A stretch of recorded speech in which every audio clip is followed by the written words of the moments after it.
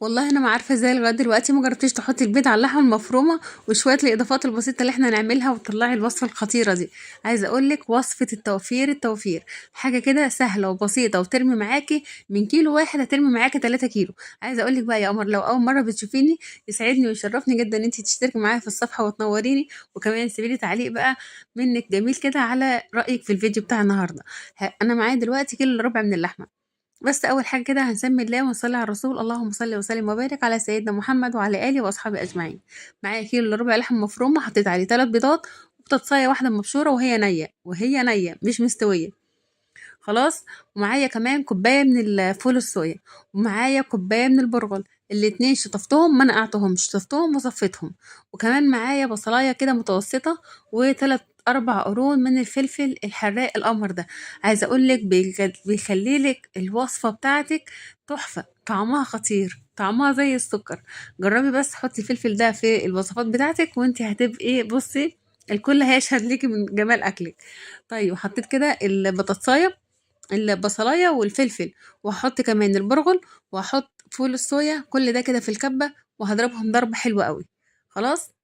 لو انت الكبة بتاعتك صغيرة حطي اقسمي الخليط ده على مرتين تلاتة.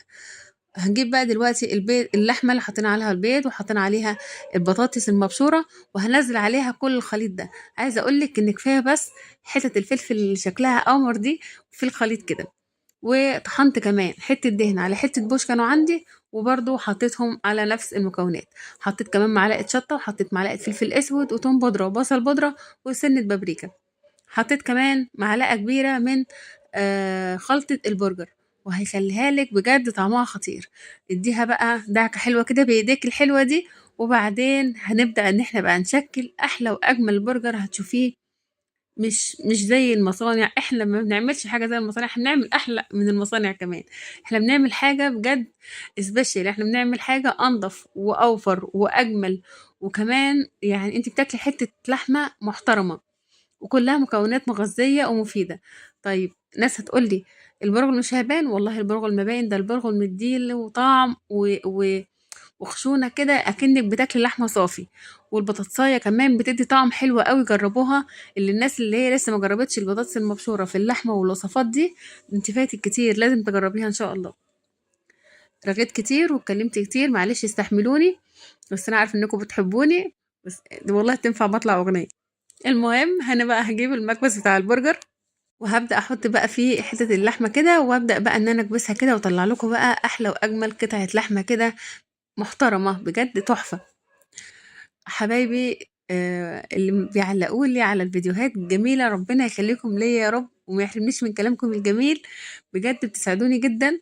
ام اسلام حبيبتي اللي على طول مش سايبه فيديو الا ومعلقه لي فيه، بجد احلى واجمل اخوات.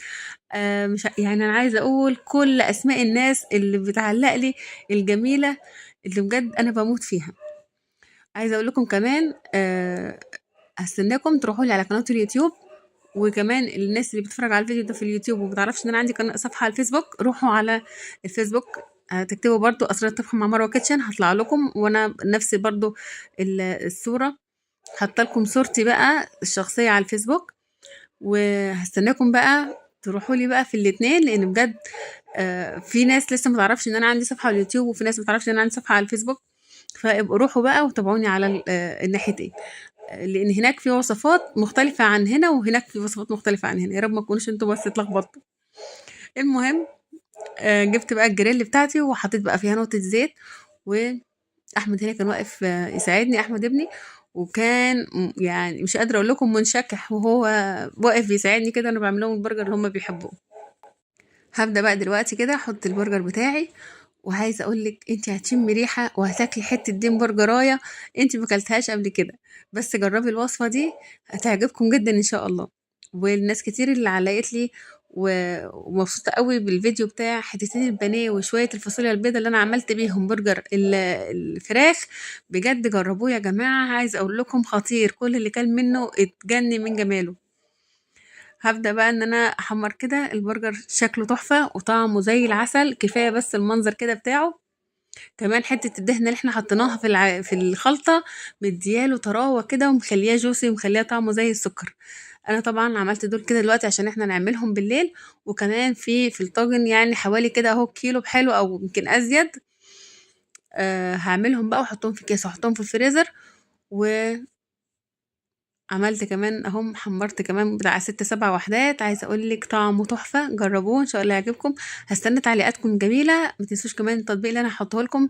ادخلوا على التطبيق ده. مع الف سلامه واشوفكم في فيديو جديد.